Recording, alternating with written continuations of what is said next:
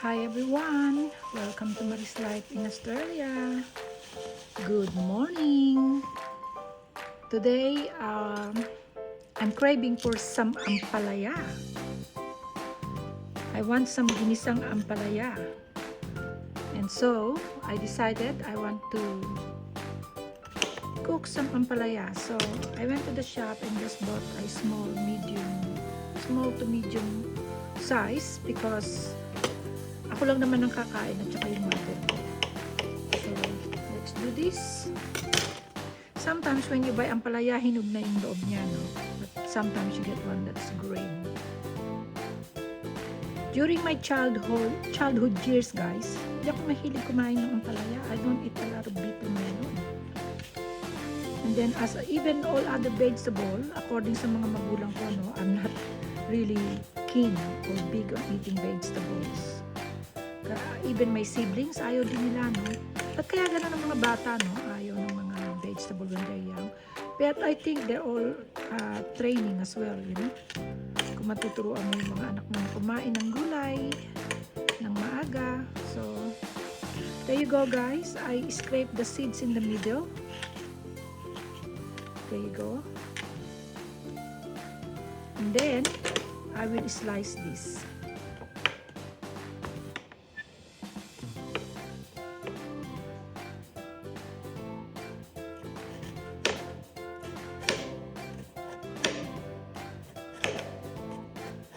Huwag niyong hiwain ng masyadong makapal kasi if you slice this thick, the bitter taste, my God.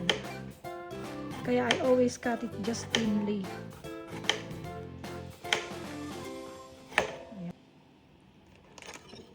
There you go, guys. Nakikita nyo, I now put a little bit of water there. At ang dahilan dyan ay para mabawasan ang pait ng ating bitter gourd. So, lalagyan natin siya ng salt because salt is going to help to reduce the bitterness of this bitter gourd. Huwag naman masyadong maalat, pero enough to just kill the bitterness. And we're gonna soak this. Ibababad muna natin to for a little time and then i-squeeze natin siya mamaya. Okay, that should be enough. So, ayan na, guys. It's sitting on the salt and let that salt reduce the bitterness. We leave this for a good 5-10 minutes while I go and continue slicing the rest of the ingredients. Before, I never used tomato sa pagluluto ng bitter melon, ampalaya. But lately, I discover masarap pala pag may kamatis pag ginisa mo. So, and everyone has different style. Cutting, slicing vegetables. So, that's my way, guys. This kalamansi. Sabihin ko, kalamansi, ano ba naman? Kamatis is nice and firm. See? I think that's plenty. Just for sauteing. Put that aside. And now, let's do the onion.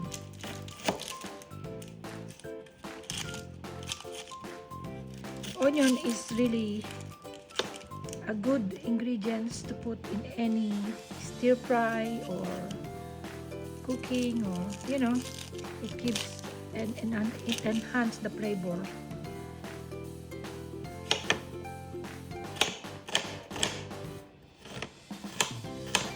There you go.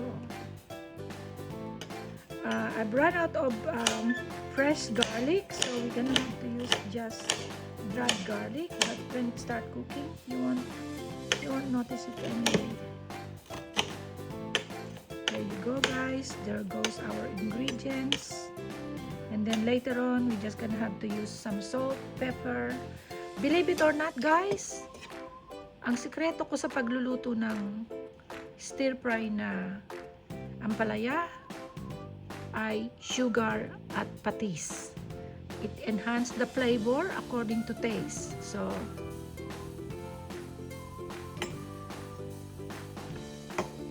push that aside. And we're gonna prepare the eggs.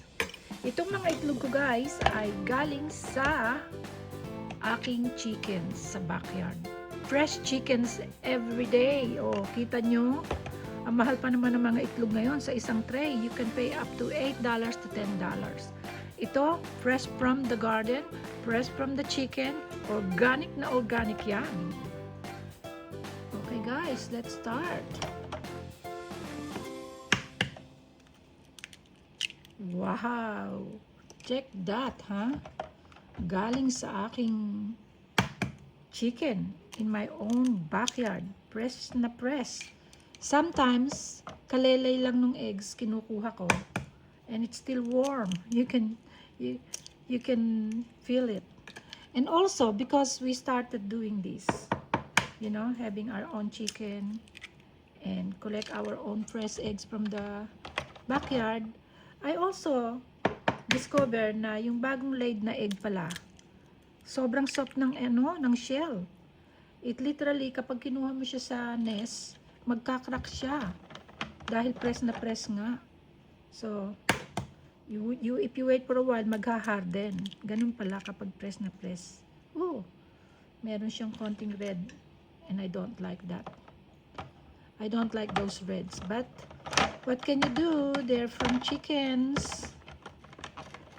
So, masarap ang maraming eggs, guys, sa pagluluto ng ginisang ampalaya.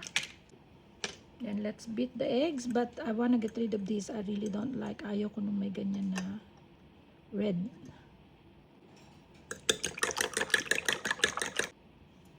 So, now, let's add some fish sauce. It really enhanced the flavor. You can add some more later on if you want more. And remember what I said before, guys? Sa eggs, I add some fish sauce. Lagyan natin yan ng fish sauce. Then, I also add a bit of sugar. All the time in all my cooking.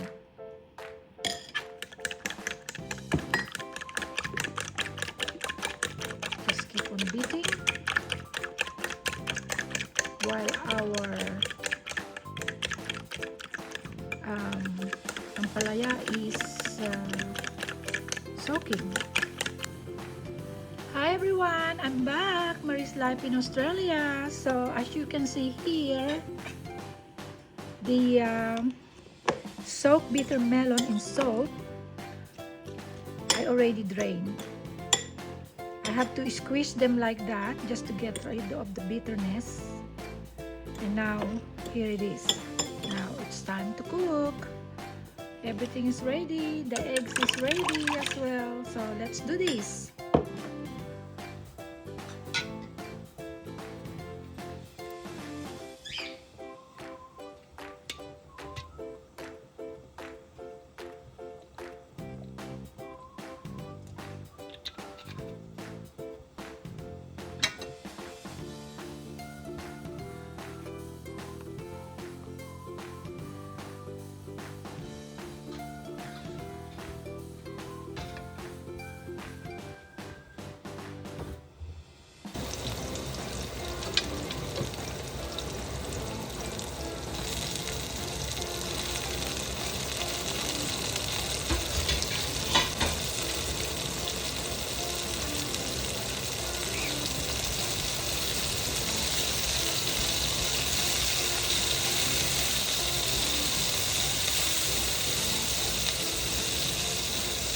Oh, that's so good. I don't use pork, I don't use chicken, I just use all the onions and tomato and garlic and the eggs. Ang sarap-sarap ng ginisang ampalaya na may islog. Lalo kung medyo matiis na ng konti. Yung nag-aagaw yung alat at tamis.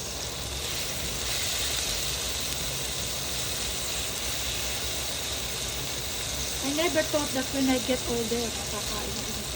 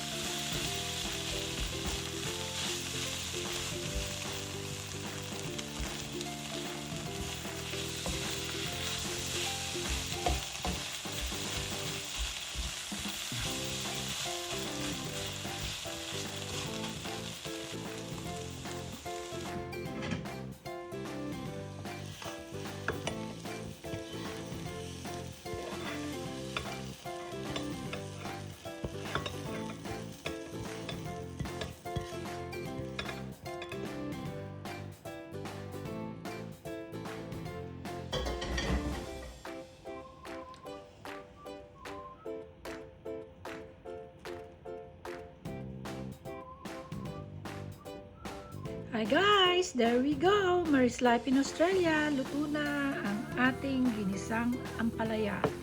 So, nakapag-init na tayo ng kanin and ready to eat. Kain na po tayo! Gumamit lang ako ng ready to heat up rice because I have a lot of stock of this when I can't be bothered cooking. So, it's easy. You just chuck it in the microwave, heat it up for 1 minute, and there you go. Look at that, guys. Oops. Ayan, kita nyo, mainit na rice. Kain na tayo.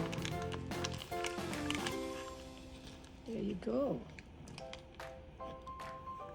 Simpleng pagkain, busog ang sikmura. I hope you enjoy watching. Happy eating. Don't forget to like and subscribe Mary's Life in Australia.